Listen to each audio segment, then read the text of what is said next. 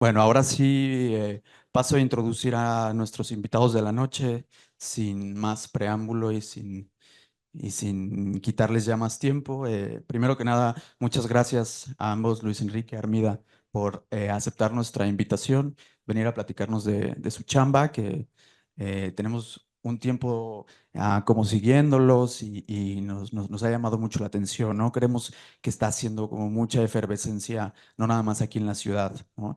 Los que tenemos la dicha y de haber conocido su trabajo desde un poquito antes, eh, que soy yo y seguramente muchos de los que estamos aquí, pues estamos muy emocionados, ¿no? De que nos platiquen con qué viene acompañada esta práctica tan suya, tan suya y tan de todo, ¿no? Y bueno, los presento rapidísimo, no quisiera aventarme esta lectura de curricular, pero Luis Enrique es egresado de la Escuela de Arquitectura de la UDG, ¿verdad? Del CUAD y Armida del Tecnológico de Monterrey. Em, una práctica con estudios pues, muy arraigados a la ciudad, porque ambos estudian aquí, son tapatíos, pero luego está como este condimento interesante en el que estudian una maestría cada quien en la Universidad de Harvard, ¿no? Entonces tienen como esta mezcolanza de cosas muy interesantes con profesores que sin duda eh, les han dejado cosas tanto de aquí como de allá, un perfil pues tanto local como internacional y bueno, no quisiera acapararles más tiempo, los importantes son ellos. Nuevamente, muchas gracias, Luis Enrique y Armida, un aplauso por favor y gracias a todos por Gracias. atender.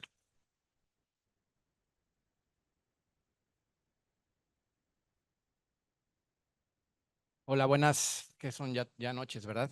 Muchas gracias aquí a todas, a todos, por venir a escuchar, como decía Edgar, un poquito de nuestro trabajo. Gracias aquí a Lesarc, a Maruca, a Edgar, que ya llevamos ahí unos meses cuadrando entre verano y otra cosa, pero bueno, felices de estar aquí con todos ustedes, muchas caras conocidas, contentísimos, ¿no? Bueno, voy a aprovechar un poquito el espacio.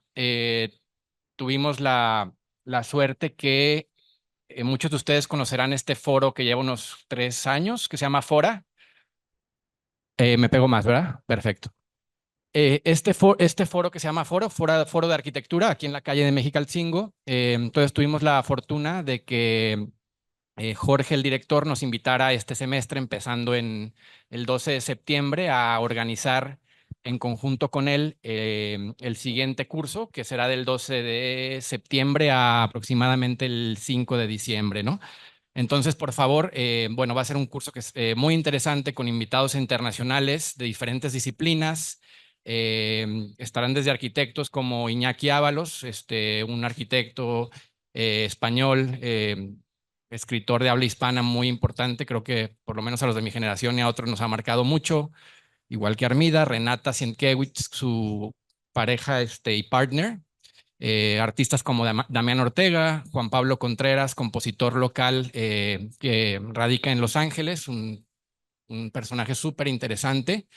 Entonces va un poquito el curso enfocado a este tema de cultura e identidad, pero tomando en cuenta una postura crítica desde una posición también global, ¿no? Como este ir y venir en el que todos estamos como expuestos todos los días. Entonces, por favor, ahorita que se termine la charla, nos encantaría que más gente se siga integrando al proyecto. Entonces, cualquier duda, si quieren, ahorita al final platicamos. Nos encantaría tener a muchos de aquí y ahí con nosotros, ¿va? Bueno, collage como cultura, donde el origen parte de mirar y comprender la historia, la cultura y las relaciones de un lugar, en donde el proceso produce una reoriginación a través de una abstracción de la forma del origen, entrenando la imaginación para ir de visita, pensando con una mentalidad amplia, como expondría Arendt en sus conferencias sobre Kant, extrayendo la función del origen y reinterpretándola, así como su forma, material y técnica, entendiéndolo como una exploración y reciclaje de significados. La filósofa Donna Haraway menciona: entrenar la mente para ir de visita es una práctica pedagógica de por vida, de cultivar la virtud salvaje de la curiosidad, de resintonizar la propia habilidad para sentir y responder. La curiosidad siempre lleva a quienes la practican a alejarse bastante del sendero, y allí es donde se encuentran las historias, un método de alerta para prácticas fuera de los senderos transitados. Cultivar la responsabilidad. Quisiéramos empezar por la palabra desarrollo, en donde Wolfgang Sachs, en el libro The Development Dictionary, menciona: desvincular el deseo de equidad del crecimiento económico y volver a vincularlo con nociones de bienestar basadas en la comunidad y la cultura será la piedra angular de la era del postdesarrollo. La resiliencia, la belleza y el significado se pueden encontrar fuera de la lógica del crecimiento y la expansión. Richard Sennett menciona que las personas que crean cosas generalmente no entienden lo que están haciendo. 1.000.000 es el número de años que la naturaleza tomó para crear la cantidad de combustible fósil que ahora se consume en un solo año. Debemos cuestionarnos lo que el proceso de crear cosas concretas nos revela acerca de nosotros mismos. Podemos lograr una vida material más humana si tan solo comprendiéramos mejor la creación de las cosas. Trabajando con cultura y tradición, creemos que desde nuestra profesión podemos modificar un poco las cosas desde donde nos toca. ¿Cómo podemos trabajar junto con el imaginario colectivo de los sitios y comunidades, insertando símbolos y conceptos de la memoria e imaginación local, reforzando el sentido de pertenencia, lo real vivido y los mitos? En diferentes conversaciones nos cuestionamos cómo puede nuestro proceso de diseño ir mucho más allá de un collage como método. Un collage como cultura, donde se realiza el collage más allá de ejemplos arquitectónicos análogos. Ser conscientes de las relaciones desde el terreno donde operamos. En este caso, partimos del origen de una pieza de mobiliario plegable, anónima, de la que hemos logrado reunir una pequeña colección para crear una especie de taxonomía que nos permite la evolución del objeto en distintos periodos. Al aproximarnos al proyecto, observamos que este objeto utilitario, debido a su condición plegable, expresa su naturaleza multifuncional. Tomando inspiración de la comuna Célibe Shaker, donde los integrantes tenían la tradición de colgar sillas y otros objetos en los muros para liberar espacios y realizar otras actividades en espacios domésticos. También podemos mencionar la historia que cargaba el primer banco que recolectamos hace algunos años, en donde el vendedor aseguraba que era procedente de la época cristera, cuando los fieles se vieron en la necesidad de realizar sus ritos efímeramente en sitios inesperados. Nuestro proceso en este caso es partir de un objeto antiguo, donde el origen parte de mirar y comprender la historia, reinterpretando una función, una forma, un material y una técnica actual, una reoriginación a través de una abstracción de la forma del origen. Entendemos nuestro proceso como una exploración y un reciclaje de significados.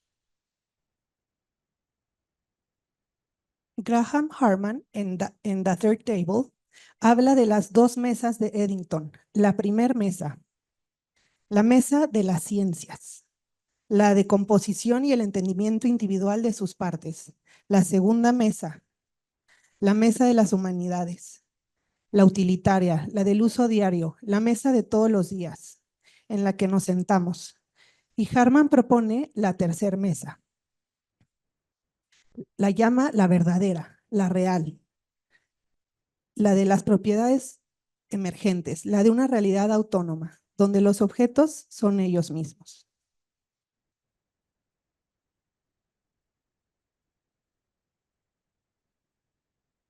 Harman dice, un ser intermedio que no se encuentra ni en la física subatómica ni en la psicología humana, sino en una zona autónoma permanente donde los objetos son simplemente ellos mismos.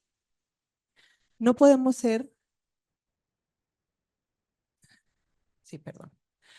No podemos ser científicos reduccionistas al extremo ni humanistas reduccionistas al otro extremo. Solo podemos ser cazadores de objetos y debemos ser incluso cazadores no letales, ya que los objetos nunca pueden ser atrapados. El mundo está lleno principalmente no de electrones o praxis humanos, sino de objetos fantasmales que se retiran de todo acceso humano e inhumano, accesibles solo para alusión y seduciéndonos por medio de su atractivo. Los objetos son más profundos que su apariencia para la mente humana, pero también son más profundos que sus relaciones entre sí. Regresando a la idea inicial de ser conscientes de las relaciones desde el terreno donde operamos, creemos que la importancia de la autonomía sin perder sus relaciones, es decir, los objetos son más profundos que su apariencia para la mente humana, tan profundos como sus relaciones entre sí. Hace algunos años ya nos encargaron diseñar una capilla dentro de una fábrica de tequila. Esto en los Altos de Jalisco, como ustedes saben, por ser una de las zonas más o muy religiosas del país, cuna de la cristiada, como decíamos hace rato, del otro mueble. Y bueno, este espacio espiritual y social es una reinterpretación de los espacios de uso mixto que existen en antiguas haciendas y casas de la región del siglo XVIII, XIX, donde la gente solía tener una capilla u oratorio en sus propias casas, adyacentes a la terraza y espacios abiertos cubiertos, donde comúnmente se realizaban eventos sociales y familiares. Estos espacios eran separados o convertidos en un solo espacio según la ocasión y el área necesaria para esta ceremonia religiosa, siendo a veces tan flexible como para permitir triplicar su capacidad a espacios adyacentes. Buscando un vínculo entre la gente, el edificio y su entorno, utilizamos materiales naturales locales como el ladrillo crudo, la cantera rosa y la loseta de barro, ya que parte de la arquitectura de la zona ha sido construida con adobe y pues el adobe funciona, como ustedes saben, como un gran aislante térmico. En el proceso del tequila viene el bagazo, que es el residuo de la extracción del jugo de la fibra de agave, que se utiliza junto con los suelos de la región para la producción de ladrillos de adobe como fibra para unir la arcilla con el fin de evitar el agrietamiento. Al estar ubicado dentro de una fábrica de tequila, el bagazo cumple un ciclo importante, ya que junto con el suelo de la región conforma los muros del edificio. La tierra roja es un elemento fundamental de la región de los Altos. Por su alta composición de nitrógeno, potasio y fósforo, hace que la agricultura sea altamente productiva, que es donde se cosecha una buena parte del agave en el país. La capilla se asienta sobre una plataforma en voladizo con vistas al lago, los jardines, la fábrica y los campos de agave. Este edificio está orientado de manera que sus muros cerrados protegen del sol sur y oeste y la baja altura de la abertura de su entrada principal subraya el sentimiento de intimidad y santidad. El volumen alto y dominante cobija al visitante, permitiendo que la luz arroje sombras definidas en su volumen interior. Es con la ubicación cambiante de la cruz y la apertura y cierre de puertas que logramos modificar los espacios, ya sea para un evento religioso o para un evento de naturaleza híbrida, que podría ser tanto una ocasión religiosa como social. Puede convertirse en una capilla, una terraza, un comedor de trabajadores o quizás las tres al mismo tiempo. Un estado no programado o semiprogramado. Un programa no estático, más libre. Hace unos meses nos compartieron estas fotos donde nos dio mucho gusto saber que estaban usando el espacio social como comedor de trabajadores. La capilla está hecha de un collage de culturas, tradición y utopia, un contraste que desarrollaron Colin Rowe y Fred Cotter, donde proponen el collage como método, que no sea una cosa ni otra, sino que un equilibrio entre ambos. Una utopía en la que se ha dejado de creer por completo y una tradición de la que se está críticamente desprendido. ¿Cómo creer en ambos? T.S. Eliot menciona que el sentido histórico es un sentido de lo atemporal, así como de lo temporal y de lo atemporal y temporal juntos.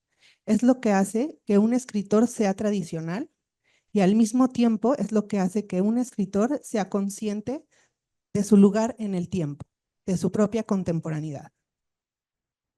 Sí, bueno, en el 2016 nos pidieron desarrollar un proyecto de hospitalidad en una región también donde la corrosión de la cultura y la tradición está siendo acelerada por un rápido desarrollo.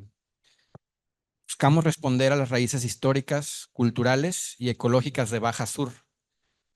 El Perdido está ubicado a 800 metros del Océano Pacífico en el pequeño pueblo de El Pescadero, un pueblo agrícola, rico en plantaciones de albahaca, chile, tomates y fresas. La ecorregión única se define por un extenso matorral bajo que se desplaza a través de las llanuras aluviales hacia el oeste hasta el pie de las montañas de la Sierra de la Laguna. A través de un análisis climático, el diseño de este proyecto responde a las condiciones atmosféricas de su geografía. Se tomaron en consideración la temperatura, la precipitación, la humedad, el viento y la incidencia solar para emplear estrategias de enfriamiento pasivo durante el verano y calentamiento pasivo en el invierno. Ciertas estrategias de seguridad perimetral fueron clave para conciliar entre lo privado y lo público. La materialidad vernácula y ecológica permite al visitante conectarse con la forma de vida local en el pescadero, donde la vegetación endémica, muros de tierra, estructura de madera y techos de palma, personifican la herencia de la zona. Esta paleta típicamente ignorada en desarrollos contemporáneos por materiales importados y vegetación tropical. Los huéspedes que llegan a la entrada principal son recibidos por una arboleda de árboles de palo blanco, que brindan sombra durante el acercamiento a la casa central. El jardín interior tiene una piscina estrecha conectada directamente al área común y a los jacales donde los huéspedes se hospedan durante su estadía.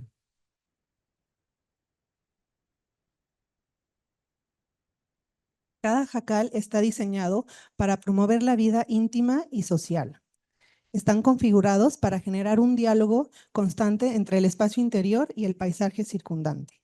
Los muros del norte protegen de los vientos del invierno y los vientos dominantes del verano corren en el intersticio orientado oriente-poniente entre las vías.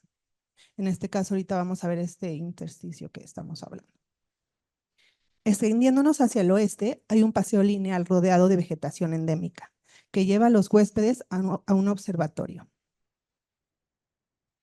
Cada caminata está pensada para conectar a los huéspedes con el contexto regional en el que se encuentran. Y al sureste se encuentra una capilla ecuménica orientada al este como símbolo de comunión con las distintas religiones. La orientación tiene una importancia primordial en las civilizaciones tradicionales.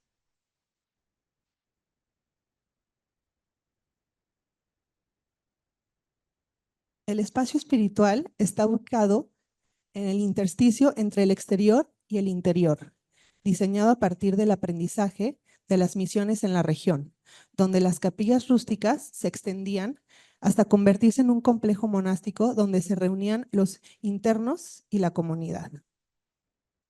Es a través de este mismo gesto y un patio interno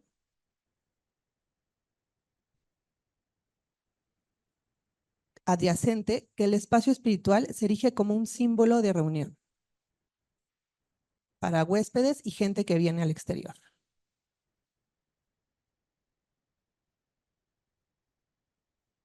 Y unos años después nos llegó un encargo de rediseñar y ampliar una planta de agave en Michoacán, en donde se hacen diferentes productos. Incluía la extensión de área productiva, comedores de trabajadores, áreas de recreación, entre otras. Una de las áreas principales era diseñar una planta de mezcal. Una de las metodologías aplicadas fueron talleres de diseño participativo. Son metodologías complejas que nos proveen de mucha sensibilidad y socialización. Y también, de nuevo, buscamos leer y comprender la especificidad del sitio. De la misma manera, aprendiendo de la arquitectura vernácula de Michoacán y de las vinatas de mezcal tradicionales, que suelen ser de menor escala. Lo que sustenta Octavio Paz como significado de la tradición. El rasgo característico de la modernidad es la crítica.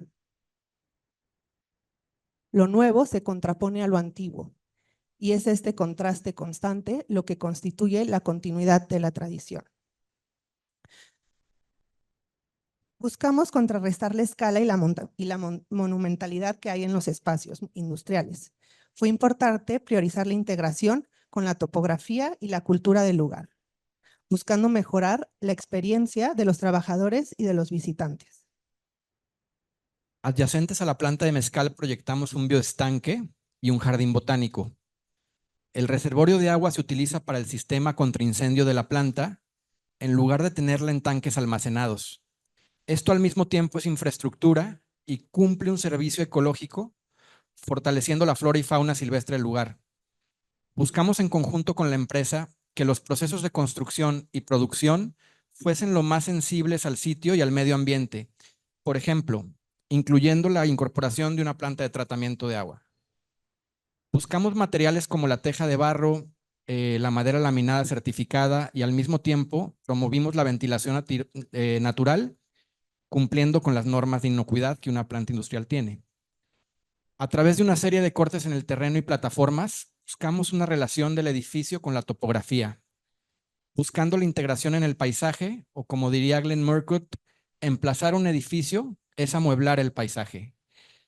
Volviendo a la idea donde vinculamos el deseo de equidad con las nociones del bienestar comunitario y cultural, las personas y las comunidades serán más resistentes ante crisis de recursos y shock económico. Como menciona Wolfgang Sachs, el reconocimiento de los recursos es la raíz de numerosos intentos de volver a integrar la economía a la biosfera. Hay ejemplos abundantes en arquitectura, agricultura, producción de energía, silvicultura y en la industria sobre este tema. Esta serie de conceptos se convierten en ciclos de resiliencia socioambiental. Otra manera que creemos de donde se puede responder es trabajando con flujos y temporalidades. Humboldt escribió: la gente quiere ver y les muestro un microcosmos en una hoja de papel. Las ilustraciones científicas deberían hablar a los sentidos sin fatigar la mente. He aquí una ilustración del volcán de Chimborazo en Ecuador, mostrando especies vegetales que viven en diferentes altitudes. ¿Cómo podemos descentralizar nuestras metodologías de diseño o generar nuevas representaciones? Rania Gosen dice en su ensayo Carbon Reform: la crisis energética no es solo una crisis del entorno físico, sino también una crisis de los espacios de representación, y requiere una respuesta estética que rompa el cierre representacional de los intereses comunes. Esta es la forma en que se puede decir que los asuntos de las externalidades residen en el corazón del proyecto ecológico. En un momento en que la energía, la economía y el medio ambiente están en primer plano de las preocupaciones de diseño hoy en día, es importante subrayar que todos los proyectos y representaciones tecnopolíticos, incluidas las de carbono, son simultáneamente proyectos formales y representacionales. Esto nos permite crear otras narrativas, otras perspectivas donde pueda haber otras transiciones y otras formas de representar y de proyectar. O sea, en sí, la misma imagen y el mismo dibujo es el proyecto. Por último, nos gustaría compartir un proyecto de investigación que comenzamos a hacer desde el año 2018, que se llama Vivienda para Trabajadores Agrícolas Estacionales. Encontramos un par de manuales, uno de ellos de Cornell de 1955 y otro de la Universidad de Virginia. Y después de analizar diferentes campamentos o comunidades, nuestra crítica se basa en que la tipología no ha cambiado en casi 65 años. Como dice Paz, la crítica es el aprendizaje de la imaginación en su segunda vuelta. Después de hacer un centro de distribución y administrativo en Far, Texas, para una empresa agrícola, en donde nos enfocamos en disolver los límites entre lo administrativo y lo operativo para generar empatía entre los distintos usuarios, democratizando los espacios por medio de transparencias y un patio central con vegetación. Unos meses después, la empresa nos invitó a diseñar y ampliar su vivienda para trabajadores. Cada temporada de cultivo migran a diferentes estados, entre ellos a Jalisco, grandes cantidades de personas de los estados de Tabasco, Oaxaca, Veracruz y Chiapas.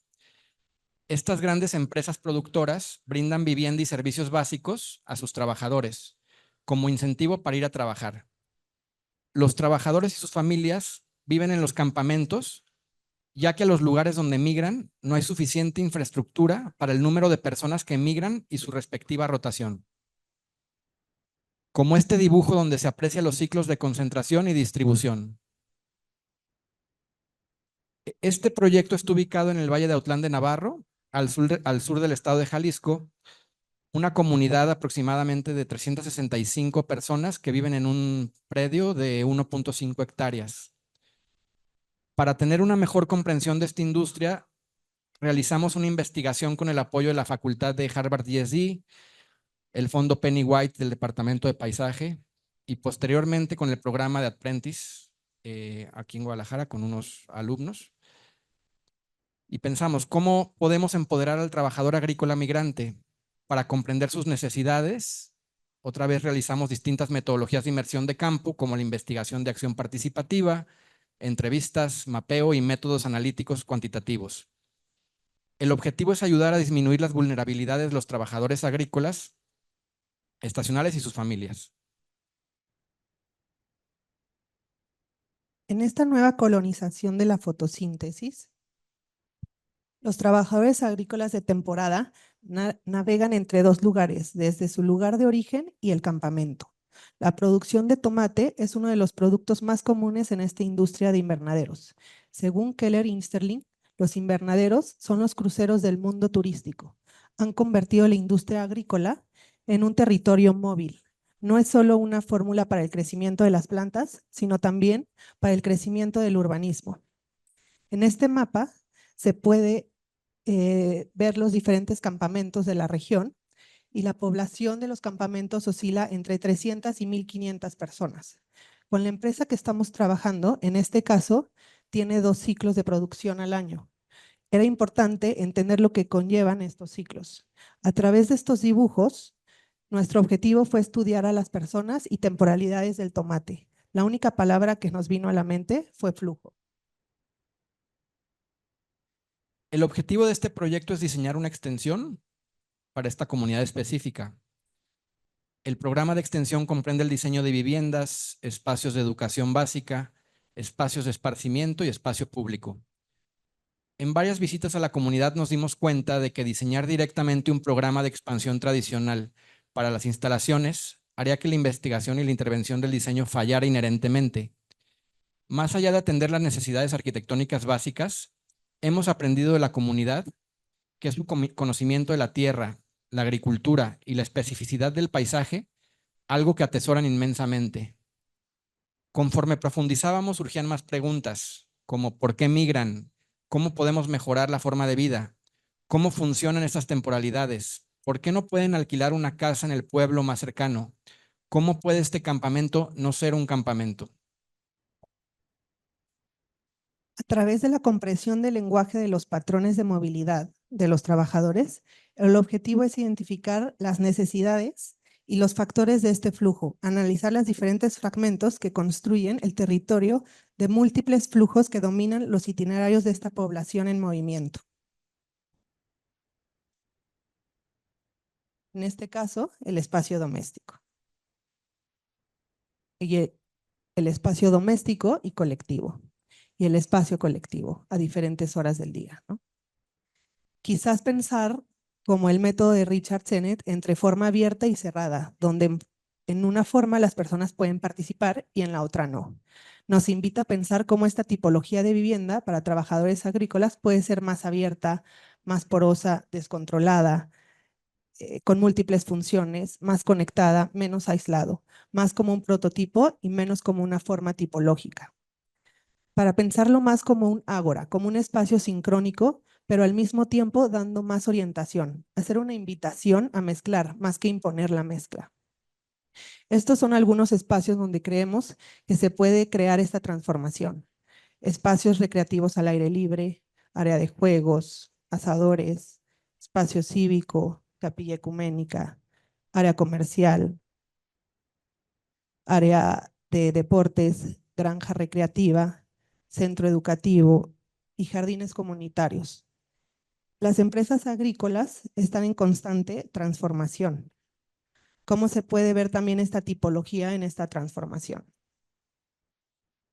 Donde las personas puedan estar más conectadas con la ciudad o población más cercana, más arraigadas y tener la posibilidad de poseer espacio a través de huertos familiares, por ejemplo, que puedan tener un efecto paliativo y producir un cierto sentido de pertenencia, haciendo los dueños del lugar que habitan física y simbólicamente. El etnopaisaje, según Apadurai, es el paisaje de personas que constituyen el mundo cambiante en el que vivimos, el movimiento humano. Estos grupos en movimiento nunca pueden permitirse el lujo de dejar descansar su imaginación por mucho tiempo, incluso si así lo desean. Abordar la relación entre los trabajadores agrícolas, el espacio que habitan, el paisaje y la tierra, podría convertirse en un importante agente de transformación social y espacial hacia la resiliencia de estos trabajadores agrícolas estacionales.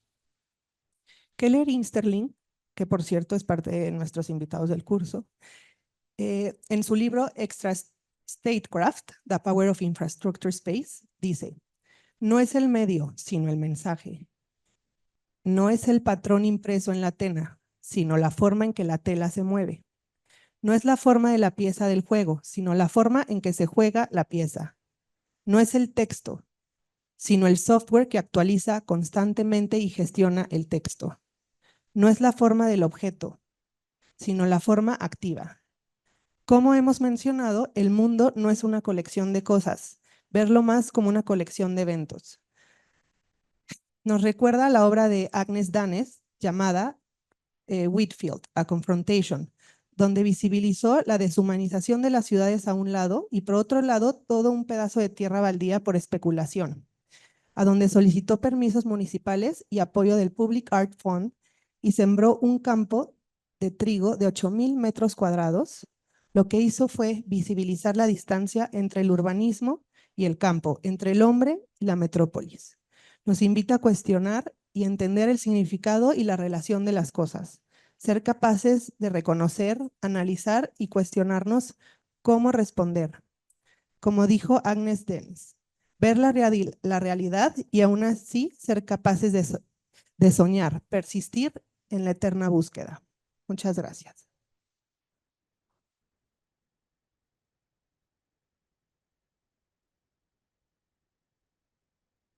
Muchas gracias. Pues podemos hacer preguntas, conversación, plática. Terminamos más temprano. Muchísimas gracias. Sí, abrimos unos 10, 15 minutitos de preguntas. Am, Adelante, sí, prendemos las luces. A mí me gustaría empezar un poquito el diálogo, no es una pregunta, pero me quedó un muy buen sabor de boca esta presentación.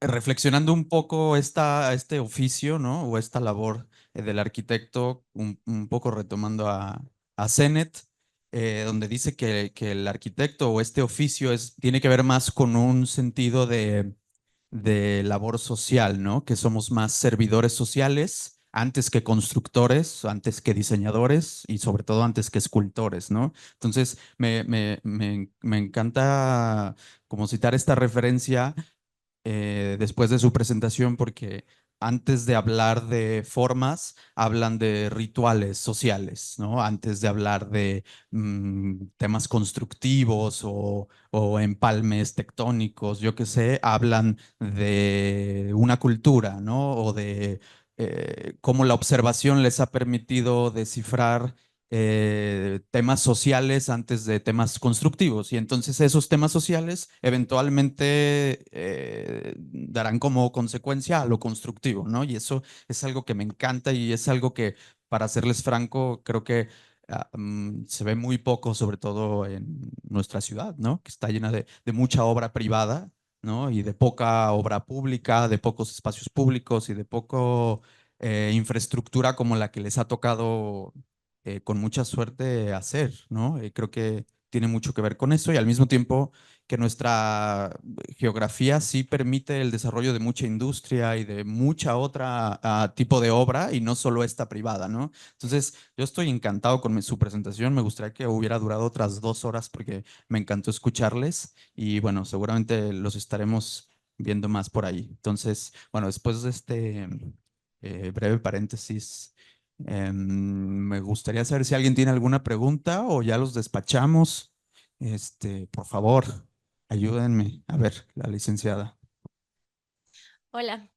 Bueno, primero felicidades a los dos. Me gusta mucho su trabajo. Y tengo dos preguntas. Una es, ¿cómo funciona esta metodología de la que hablaban, que usaron, creo que en Michoacán y también en este último proyecto, en el que es como más participativa? O sea, ¿quiénes están invitados? ¿Cómo sacan esos datos después de haber tenido estos talleres, supongo, con la gente del sitio y demás? Y la otra es más como un tema personal, ¿no? Personalmente, creo que seguimos buscando la forma de alimentar las grandes ciudades y de meter a más gente en espacios más pequeños y ver si compartimos cocina o si cómo hacemos para crecer ciudades que a mi parecer eventualmente van a ser insostenibles, pero la mayoría, al menos en nuestro campo como arquitectos, no volteamos a ver estos espacios rurales o el campo o estas pequeñas ciudades en los que si tal vez desde nosotros dejamos de idealizar hacer una gran torre en esta ciudad y mejor trabajar en estas pequeñas comunidades, pues sería como digamos, descentralizar un poco todo, ¿no? Que no todos queramos vivir en 3 grandes metrópolis en el país, pero sí queramos habitar estas pequeñas comunidades o incluso construir en estas comunidades, ¿no? Que creo que ustedes han tenido la suerte de estar presente en este tipo de proyectos. Y esas son mis dos preguntas. Bueno, contestándote la primera del tema de la metodología de talleres de diseño participativo, llegamos ahí por una necesidad, porque de alguna otra manera nuestros programas han sido muy distintos unos de otros y es muy diferente tener un cliente que son 2 usuarios o 4 a tener un cliente que son 300 usuarios. Y entonces ahí cambia toda la dinámica. Y ahí fue donde nos empezamos a cuestionar si nuestro cliente era en realidad el que nos contrató, ¿no? Y el director de la empresa que sí lo es, pero también es muy importante las otras 350 personas que van a habitar esos espacios, ¿no? O en el caso de la planta de mezcal es similar. Y ahí fue donde empezamos como en esta búsqueda de metodologías de cómo poder escuchar lo más que se pueda a la mayor parte de personas. Y de alguna otra manera, como son un número relativamente grande, se hicieron grupos pequeños de 40, 50 personas y ahí es donde se va destilando esta información que decías que cómo se recolecta para poder tener subgrupos y poder ir tomando información. Sí, bueno, son metodologías muy específicas, ¿no? O sea, son tal cual metodologías que se hacen de una forma muy metódica para que no sea como esto de que llegas como arquitecto, especialista, a hacer miles de preguntas en donde las personas pues nunca te van a poder transmitir como esa veracidad que necesitas para poder actuar lo mejor posible, ¿no? Eso por ese lado. Sobre el tema de los programas que nos ha tocado hacer, ahorita que decían como la suerte, pues sí, siempre la suerte seguramente tiene un factor, ¿no? Pero más que suerte también, o sea, me quiero abrir realmente a lo que pasó en esta situación. Realmente, o sea, cuando empezamos nosotros la oficina hace 12 años, pues como todos o como muchos y como es común en nuestro contexto, empezamos muy jóvenes y realmente a veces los trabajos o comisiones que vas a tener, pues no eran como los últimos desarrollos que habías tenido en la escuela, ¿no? O no iban a ser ni siquiera probablemente ni casas, ni edificios, ni nada de eso. Entonces, desde ese momento también nosotros nos dimos cuenta y vimos eso inmediatamente como un potencial para poder buscar otro tipo de programas en donde podríamos generar una experiencia. Nunca nos ha interesado la forma.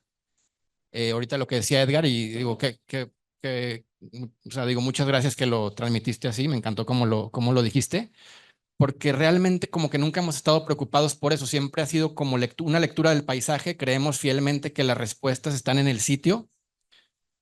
Entonces nada más nos toca hacer el rol como del arqueólogo y desempolvar el proyecto porque ya estaba ahí. Entonces, con esa premisa siempre fuimos sin dogmas a no buscar la casa en el coto porque no nos la iban a dar, no porque no quisiéramos, ni el edificio porque no nos la iban a dar tampoco, que era lo que más se hacía y ya cada vez menos, pero se sigue haciendo. Entonces fue así que poco a poco, más que suerte, nos dimos cuenta que a veces una gran cantidad de arquitectos o arquitectas o diseñadores, diseñadoras, están enfocados tras ciertos programas específicos, pero realmente hay un potencial enorme, como dijiste, desde el campo, el pueblito o en la misma ciudad para que podamos operar. Así como anecdóticamente, o sea, y lo platicábamos seguido. Por ejemplo, los empresarios no están cerrados a trabajar con arquitectos o arquitectas, ¿sí me explico? Y nos dimos cuenta que había como mucha apertura y mucho diálogo, nada más habría que como proponer como los proyectos y empezaban a surgir. Y ahí es donde también puedes hablar como de otras escalas y otros flujos de los que nos interesaban siempre, pero entendíamos que también teníamos que abordar otras metodologías para hablar más que de fenomenología, por ejemplo, ¿me explico? Y algo que me gustaría compartir, que ahora lo entendemos, al principio no, era que ha sido muy orgánico como hemos tenido un proyecto y luego otro. Digo, Héctor podría saber aquí que estuvimos juntos muchos años, 5 años, y tuvimos un proyecto de una tipología, luego otro programa, y eso ayudó mucho. Creemos ahora, después de 12 años, que es muy sano para la cabeza, que es súper sano tener diferentes proyectos, diferentes programas, diferentes tipologías, porque uno llega más humilde. Uno llega diciendo, no sé cómo funciona esto. Y llega uno con este tema de casi de visita, ¿no? O sea, como, por esto este tema como de visita eternamente, ¿no? O sea, llegar y saber que uno no sabe mucho y que necesitamos aprender de los sistemas operativos, de infraestructura, de los usuarios, etcétera.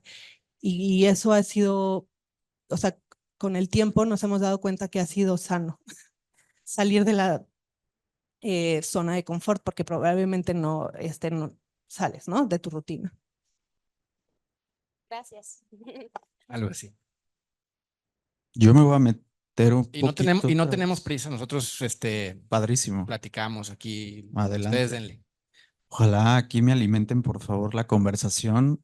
Pero bueno, yo me meto un poquito a hacerles otra pregunta que me surgió hace rato. Es que me di cuenta, a ver, como contexto aquí en la universidad, algo de lo que hablamos mucho arriba en oficina es eh, pues como la poca vigencia que están teniendo la práctica del dibujo tanto en las aulas de clase como en las oficinas de arquitectura, ¿no? Y con el dibujo no me refiero, pues ya saben, a la escala humana, ¿no? Increíble. Me refiero a que a través del dibujo se puedan explorar diferentes vertientes de la arquitectura, ¿no? Y con vertientes me refiero también a investigación y tal.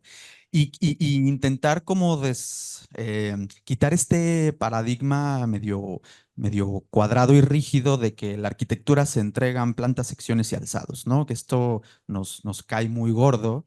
Entonces, en las aulas cada vez pedimos más que los dibujos que se hagan, claro que se necesitan plantas para entender un edificio y tal, pero que cuando se está entendiendo un contexto, cuando se está investigando una zona, cuando se está leyendo un territorio, que el dibujo venga acompañado de otro tipo de geometrales, ¿no? No necesariamente dibujo técnico, y que esto eventualmente nos permita entender una situación, punto, ¿no? Entonces, me encantó ver en su presentación la cantidad de dibujos no geometrales ni fotografías aquí del licenciado Función, ¿no? Que también aparecen, pero sin embargo hay La mayoría, ¿verdad? la gran mayoría son aquí de Función, ¿no? Unas fotazas, por cierto, pero me gustaría opacarte, Rafa, porque me interesan mucho más estos otros dibujos que aparecen, ¿no? O sea, sorry, pero Muy bien. Pero sí me encantaría como destacar eso y saber si nos pueden platicar un poquito de esos procesos que ya se ve en su oficina. Es más, me encantó seleccionar la foto de su estudio donde salen ahí como echando pasión, sobre todo esa, que las otras fotografías aquí del licenciado, precisamente por eso que expresan, ¿no? Esta carnita que sucede en su oficina que para mí es mucho más interesante. O sea, no porque el resultado final no lo tenga, pero me siguen, ¿no? Entonces, me gustaría que nos platicaran un poquito de este dibujo, esta parte de su proceso, cómo juega este rol, digo, tan bonito que vaciaron ahí en sus diapositivas, que sé que seguro se quedaron 1000 dibujos afuera, pero ya nos habla de algo. Sí, gracias, Edgar. Todo va un poquito antes, ¿no? O sea, como decíamos en los proyectos Armida, y a mí siempre nos interesaba ver más allá del objeto, entonces identificábamos que nos quedábamos cortos con las herramientas arquitectónicas tradicionales de dibujo para poder llegar a encontrar cosas que de repente estos dibujos más tradicionales, como propio proceso, es como una caja de herramientas y de repente se perdió el desarmador y pues ya valió, ¿no? Entonces fue que ahí como que entre algunas lecturas, pero también después la maestría, ¿no? Que Armida hizo un máster en diseño en riesgo y resiliencia, que es entre urbanismo, paisaje, teoría, metodologías participativas para justo cosas de lo que hablábamos ahorita en los proyectos, como borrar los límites entre las cosas y encontrar estos espacios de trabajo teóricos o en mismos proyectos intermedios para justo el tipo de representaciones que te entiendo de las que estás hablando. O sea, cómo, por ejemplo, la disciplina en la arquitectura de paisaje está constantemente y hasta la fecha, a diferencia de la arquitectura que ya está más establecido estos formatos de dibujo, constantemente intentando reinventar y buscar cuál es la herramienta de representación, ¿no? Entonces, cuando yo estaba en la escuela, y Armida puede contar su experiencia también, híjole, pues veías unas cosas de objetos así como entre pseudocientíficos, con cualquier cosa que te puedas imaginar en esa búsqueda precisamente, ¿no? Por ese lado, o simplemente una lectura que todos conocemos que es, o si no la conocen, pues está muy a la mano y ya ha pasado por muchas generaciones, la de La mano que piensa de Palasma, ¿no? Cómo el dibujo, la mano llega a soluciones, como dice Palasma, antes que la mente las haya comprendido. Entonces, por un lado es como la planta, el corte y alzado, pero también por el otro lado ciertos diagramas que te ayudan a aclarar como las ideas y encontrar otros momentos no preconcebidos, más metodologías. Nosotros no creo que lo hayamos perfeccionado ni al 5%, pero sí estamos como constantemente en esa búsqueda. Claro que en el operar de la oficina, o sea, perdón porque la verdad lo que has dicho, mañana te hablamos para apuntarlo, que está increíble. Pero, pues claro que en el día a día de la oficina, digo, no pretendo como romper el romanticismo aquí de Edgar, pero pues claro que hay el rush y hay temas, o sea, como todas las oficinas, pero sí nos interesa generar otras conversaciones y cada vez que podemos, pues buscar otras formas de representación. En este proyecto particularmente, pues sabíamos que simplemente con cortes, plantas y alzados iba por ahí, o sea, la discusión no era esa, ¿no? Si en proyectos más convencionales, o sea, como una planta industrial o otra cosa, no nos interesaba tampoco, y creíamos, más que no nos interese, creemos que no iba por ahí, pues en este menos, ¿no? Entonces sí es muy importante, ya le voy a cortar para ver qué dice Armida, pero el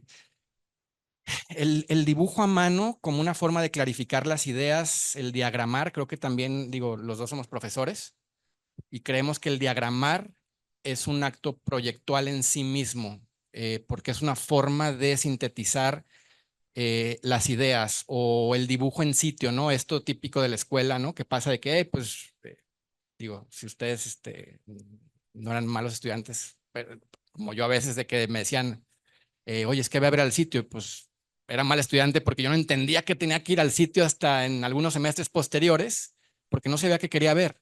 Pero, por ejemplo, esto de ir al sitio, dibujar el sitio para entender como ciertos patrones o ciertas lecturas del sitio que nos ayuda otra vez por medio del dibujo a aclarar, es bien importante y pues otras formas de representación para complejizar, como dice Edgar, creemos que es fundamental y sí estamos en esa búsqueda, definitivamente, ¿no? Yo creo que lo que comentas, Edgar, es súper valioso en el sentido de esta reflexión que yo creo que les pasa a todos los que estamos aquí, que es encontrar es un poco contradictorio, ¿no? O sea, porque es encontrar el tiempo para dibujar. Digo, aquí Ramón también, que es parte de nuestro equipo, está, y que quisiéramos, ¿no? De estar dibuje y dibuje, pero luego también es como esta contradicción de, pues, tenemos que ser lo más eficientes y entonces creo que es este estire y afloje de encontrar el momento, ¿no? Y las metodologías para poder dibujar distinto, y estos dibujos lo que te ayudan mucho es como encontrar todas estas relaciones que simplemente a la vista ni en una foto a veces se pueden lograr ver, ¿no? O sea, es una reinterpretación propia y son dibujos desde uno que les mostramos que habla de los ciclos, ¿no? Del jitomate, que al final, pues eso quizás dice, eso no tiene nada que ver con lo que nos pidieron, ¿no? Pero al final, pues eso es la causa número uno de por qué están migrando constantemente y por qué migran eternamente, ¿no? O sea, como que eh, creo que es llegar como en una postura en cada proyecto que hemos tratado de hacer, de entender que nos falta mucho por saber de esa zona. Y mucho también creemos que el proyecto, o sea, el lenguaje del proyecto es el lenguaje del contexto. O sea, el proyecto se vuelve el lenguaje del contexto y hay un contexto social, político, histórico, hay muchísimas capas paisajísticas y yo creo que ese es el reto, ¿no? Como estar en este estire y afloje y ver qué, cómo y digo, es, es lo que podemos, ¿no? Digo, ya. Y algo también importante es que es lo que, por eso citamos a Rania Gosen, o sea, para nosotros ahorita un dibujo puede ser parte del proceso, pero también para alguien más el dibujo es el proyecto en sí. Y eso también es súper válido. Y es un dibujo que quizás duró 3 semanas o un mes en hacerse, pero ese dibujo trae un manifiesto, trae como una postura muy, como muy clara y empieza a haber ciertas relaciones y ellos dicen, ¿no? El dibujo, no sé, esta serie de 4 dibujos es nuestro proyecto y son dibujos muy utópicos, ¿no? Pero que al final te ayudan a entender otras cosas. Sí, digo, aquí hay muchos estudiantes, no quiero pensar, pero también tiene que ver, se me hizo muy interesante cómo leíste como nuestro trabajo, porque no habíamos platicado previamente de la lectura que diste de nuestra oficina. Y pues tiene que ver con eso que dices, o sea, somos como muy de aquí, nos encanta ser de aquí, nos encanta ser visitantes, por eso el título de la charla, ¿no? Como siempre sentirte de visita, nunca dejar de sorprenderte, pasar por la misma basqueta 300 veces, pero siempre observar algo nuevo, algo diferente. Siempre hemos sido como muy de ser receptivos y percibir como esos cambios. Pero por otro lado, algo importante también me gustaría compartir, digo que mucho ha sido como ser locales, pero como le ha pasado a infinidad de diseñadores y si uno se pone a leer biografías, ayuda mucho como para entender para cómo uno puede dibujar su propia carrera, pues es la típica, ¿no? Que sales y buscas también cómo te ves desde afuera a través de los ojos de alguien más en un contexto diferente. Entonces lo digo para los estudiantes porque en el caso, por ejemplo, de Armida, ¿no? O sea, que tuvo una experiencia de intercambio en Suecia, o sea, trabajando los materiales naturales de una forma muy tradicional y contemporánea al mismo tiempo. En mi caso, yo también tuve un intercambio, tuve la fortuna de tener un profesor de proyectos que mencionaba ya Glenn Murcutt en Estudio 6, y pues ahí fue cuando entendí a leer el sitio, porque veíamos 3 días en el sitio y había quien dibujaba fauna, otro flora, alguien hacía un estudio topográfico, entonces así se complementaba todo el material, entonces aprendes a ver de otra manera. Entonces son como esas experiencias, como tú lo decías, ¿no? Como desde afuera, pero al mismo tiempo como muy local, que nos hacen entender como esas relaciones y al final cada vez que terminamos, como decía Armida, nos gusta como desempolvar y sacar del sitio lo que nosotros creemos que es como la voz del sitio. O sea, ya estaba ahí, nunca sentimos como que nosotros lo hicimos, ni innovamos, bueno, a lo mejor existe cierta innovación en eso, pero las respuestas ya estaban ahí, pero nos han servido como estas experiencias para tener esta visión. Y agregando algo que yo creo que eso ayuda también mucho como metodología, que nos gustaría hacer más, pero es muy bueno como tener textos y del texto dibujar. Por ejemplo, algunos de los dibujos que les mostramos, justo es eso, ¿no? Como sacó de un texto que dice que las empresas agrícolas, generalmente los invernaderos, sí son como cruceros. Entonces, de ahí, pues uno agarra y reinterpreta esto y hace esta extracción, ¿no? Ya de la topografía.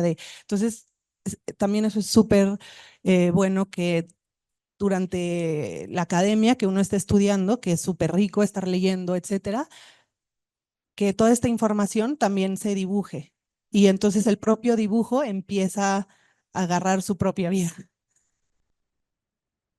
Claro, digo, abonando un poquito a esto, digo que al final no es que tenga que ser el dibujo o la forma, ¿no? Seguramente es lo más práctico porque tenemos la mano donde termina el brazo y entonces eso hace que sea muy práctico, ¿no? Pero me viene a la mente también una serie de fotografías de este señor, de Hermann Hertzberger, que como que se dedicó a fotografiar solo gente, como intentar mapear gente haciendo uso de los objetos en espacio público, ¿no? Por ejemplo, una pareja sentada en las dos defensas de un coche, recuerdo mucho esta foto, usándola como un comedor, ¿no? Porque había una tiendita de, de emparedados enfrente, y entonces, o gente sentada en los pedestales de las columnas de San Pedro porque estaban a la altura perfecta. Y entonces este tipo de mapeo que también empieza a arrojar respuestas, es como dicen un poco ustedes, ¿no? El proyecto está ahí, nada más es más como una chamba de arqueólogo, ¿no? Eso es maravilloso.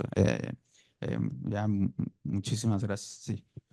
Y por ejemplo, en el caso de la fotografía sucede igual con Rafa, ¿no? En el caso que está acá, o sea, yo creo que una foto, o sea, no es esta foto como arquitectónica, sino es entender las cosas desde otra perspectiva, que es su lente o el lente del fotógrafo o tal, y empiezas a ver unas relaciones que ya no son las del proyecto y son otras. Claro.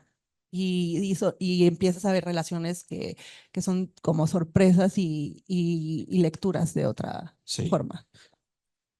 También, sí. Claro, sí, sí. Y bueno, que al final esto se convierte en esta como amalgama, ¿no? De capas sobrepuestas y de, como ustedes bien titulan, este collage de culturas, ¿no? O de lecturas o de informaciones que creo que le viene perfecto. Levantamos la pantalla, pero no los estamos corriendo. Es nada más para ponerles más atención a nuestros invitados.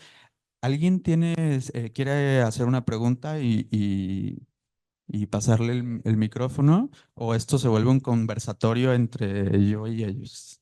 No, andamos bien, de tiempo. Muchas gracias por la conversación y por las reflexiones. Mi pregunta va orientada a la interdisciplinaridad. Noté que en sus proyectos, bueno, la mezcalería y en el proyecto en Baja California Sur, hacían hincapié en las corrientes de aire, en la orientación, tenían esta rueda de los vientos. Entonces, por una parte, es el confort hidrotérmico o el medio ambiente. Y en el proyecto de investigación también noté pues, que hay un fuerte componente de actividades sociales, es decir, de educación, salud, cuidados, o sea, más allá del diseño de los módulos, lo que proponían es todo un sistema como de reproducción social, ¿no? Entonces, la pregunta es, en su experiencia, ¿han tenido la oportunidad de poder recurrir a otros profesionales para generar vínculos interdisciplinarios, o sea, propuestas un poco más robustas, o por limitaciones de presupuesto, tiempo, etcétera, se han quedado más bien en las primeras capas?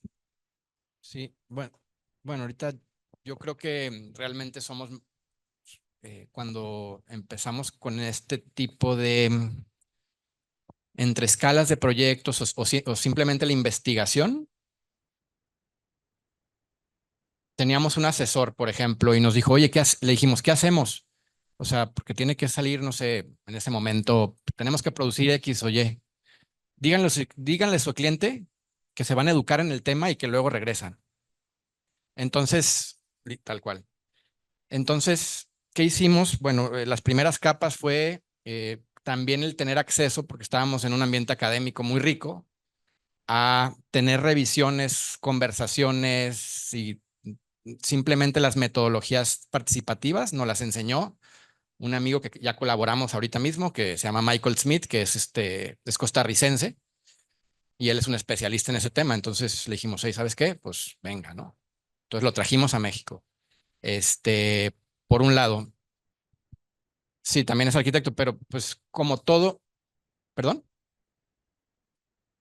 No, realmente sí, es arquitecto, sí ha trabajado él seguramente con muchos otros especialistas que nos habrá platicado, pero digo, va, es otro tema. Pero ha tenido muchos proyectos construidos en eso. Entonces es el tema como de tener esta apertura y bueno, ahí estábamos en un ambiente que estaba muy nutrido el aspecto interdisciplinario de especialistas, pero también si estás en Guadalajara, pues acudir a eso, a tu respuesta puntualmente, somos muy nuevos en este tema. O sea, realmente las experiencias que hemos tenido, o sea, no están ni lejos de culminadas, terminadas, ni nada. Son los procesos con las empresas que seguimos trabajando, son proyectos de 4 o 5 años, en donde como siempre no hay el perfecto, hay 1000 tropiezos, retos, mesas de trabajo semanales intensísimas, de trabajar con departamentos de finanzas, marketing, CEOs, presidentes de empresas, INA, entonces somos muy nuevos en ese sentido, bien honestamente, pero entendemos que es como paso a paso que se va construyendo y no aflojar, este, pues no aflojar como en ese proceso. Entonces realmente es algo 2018, o sea, tenemos 5, 6 años en eso y son proyectos de 4 o 5 años. Entonces, Sí, pero creo que es una gran pregunta porque en el sentido de, por ejemplo, que decías a lo mejor también del análisis climático, ¿no? Los vientos dominantes de verano, el de invierno, en Todos Santos, en invierno hace mucho frío. Entonces, sí, en invierno quieres protegerte un poco y en verano los quieres provocar. Y no pasa nada si al principio no sabes cómo y buscas al que sabe y que te diga, oye, ¿me puedes ayudar a hacer un análisis climático profundo? Y luego, o sea, lo importante es encontrar qué es lo que necesita el proyecto y no pasa nada si uno no lo sabe, pero lo importante es hacer equipo y ir reconectando y es en todos los sentidos, ¿no? Hacer equipo en todos los sentidos, inclusive, no sé, jefe de recursos humanos en el caso de la empresa agrícola, ¿no? Pues al final él es el que está más tiempo con todos ellos. Entonces ellos pues se conocen mucho más antes de nosotros acercarnos. O sea, hay mucho tema de sociología, exactamente, y también luego uno aprende muchísimo de los libros también. Entonces es como tratar de buscar todo lo que se pueda en diferentes escalas. sí. No, nunca sí, digo, alguna vez a lo mejor un tema de presupuesto, de que, oye, ¿cómo podemos hacer esto, el otro con los clientes? Pero nunca ha sido como, no, no, no, arquitecto y vámonos, dale, no, siempre hay, es que eso es bien interesante, que a veces, por lo menos en mi mente, digo, no voy a generalizar porque a lo mejor no es el caso de ustedes, pero decía, no, pues es que a lo mejor es complejo sumar tanta gente a un proyecto y te das cuenta que la verdad la apertura a una escala de empresas, la verdad es que es muchísima y las mesas de trabajo son increíbles. O sea, es como estás en una maestría ahí continua impresionante, ¿no? Entonces hay mucha apertura, pero son procesos bien largos. Si ahorita que estamos haciendo un proyectito así como como una flagship, un showroom, con un cliente de primera mano, es como, las cosas sí se pueden hacer en 6 meses, wow. Y lo ves así hecho en ese momento, ¿no? Pero nuestros proyectos son de que 4 años, 5 años, viajes. O sea, tenemos proyectos aquí en varios estados y fuera de México, en un país, o sea, tenemos 2 en Costa Rica, uno Estados Unidos, tardan meses, los permisos 2 años, entonces estamos en proceso. Y algo complementando un poco lo que dices, también ha sido mucho eh, el medio de observación. Voy a platicar una anécdota muy corta que no lo explicamos, pero cuando nos pidieron la bodega de McAllen, las oficinas, pues es un centro de distribución que es bodega, refrigeración y oficinas. Y al final, al observar y a ir a varias bodegas en la frontera, nos dimos cuenta que estaban súper segregado oficinas corporativas con los de la bodega. Entonces dijimos, ¿cómo podemos democratizar los espacios y por medio del espacio sí se puede cambiar dinámicas. Eso es o sea, lo que tratamos de buscar en cada uno de los proyectos. En la capilla, por medio del espacio, cambiamos la dinámica y se puede usar distinta, ¿no? En caso de la bodega, se puede usar distinto y se trató de democratizar y había tanto comedores para los de la oficina como comedores para los de la bodega. Y una cosa importante que nos dijo el director de la oficina, oigan, pues ya estamos recién cambiados y ahora va a ser un tema sacar a los choferes. O sea, nos encantó ese comentario en que en realidad pues era un lugar cómodo porque son choferes que viajan toda la madrugada y o sea, son dinámicas súper complejas que la verdad es que desconocemos totalmente y es lo que decías al inicio, que hay muchas áreas en donde podemos dar nuestro granito de arena y mejorar un poco la situación. Como este tema de dimensiones y vidas paralelas. Digo, no sé si se han clavado en eso, pero de repente o sea, hay un montón de dinámicas y cosas que existen diferentes a las dinámicas que uno tiene que no trae en el radar, ¿no? En el caso, por ejemplo, de la bodega, eso es bien interesante. O sea, son traileros que no han dormido en 2 días, sustancias de por medio, cuartos oscuros, completamente aire acondicionado, porque en Texas dicen que hace mucho calor, pero nadie realmente se ha cuestionado tanto como para abrirle una ventanita. Cosas como bien obvias que cuando uno se mete a otras conversaciones como que se desenfada y se desataranta de lo que diario estamos hablando los arquitectos. Entonces, pues nos ha tocado mucho esa fortuna de poder estar como ahí parados y nos encanta. Entonces, pues lo propiciamos también. Adelante, quien quiera y lo que gusten preguntar, felices.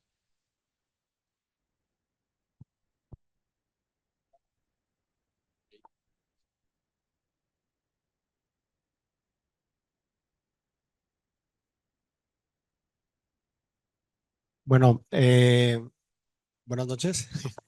Bueno, mi pregunta va más con este tema de construcción, que creo que siendo un despacho que tienen su obra fuera de Guadalajara, ¿ustedes cómo viven este tema de estar yendo a visitas de obras?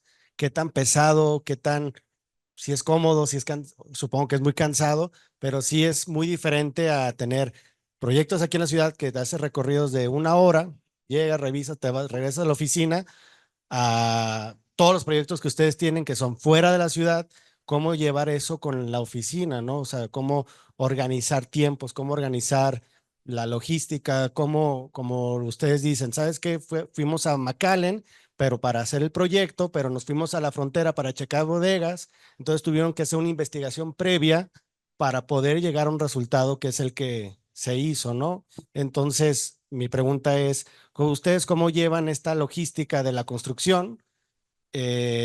No tanto de que ustedes construyan, más bien cómo dar ese seguimiento para que el proceso o el diseño se haga como ustedes lo están planeando, ¿no? Bueno, todo empezó porque otra vez, como no sé,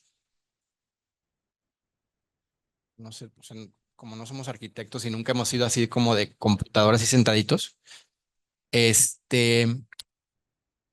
por ciertas oportunidades que tuvimos de salir y encontrarnos con otros círculos de arquitectos mismos de otros países y demás muy temprano, pues nos empezamos a dar cuenta, simplemente estando en otros lugares, que platicábamos después de un evento de estos en otro lugar con gente ya primera mano y nos dábamos cuenta que estaban en el otro lado del mundo y que estaban dando clases en el otro lado del mundo y que con una colaboración hacían esto y el otro. Estamos hablando del año 2015. Entonces nosotros fue que, aunque ya teníamos esa idea de salir a estudiar y todo, usamos esa oportunidad en la época todavía del Skype, pues Héctor sabe, para hacer un experimento en el buen sentido de la palabra, de cómo podíamos, pues como quitarnos, tener como más libertad en el sentido de explorar otras cosas.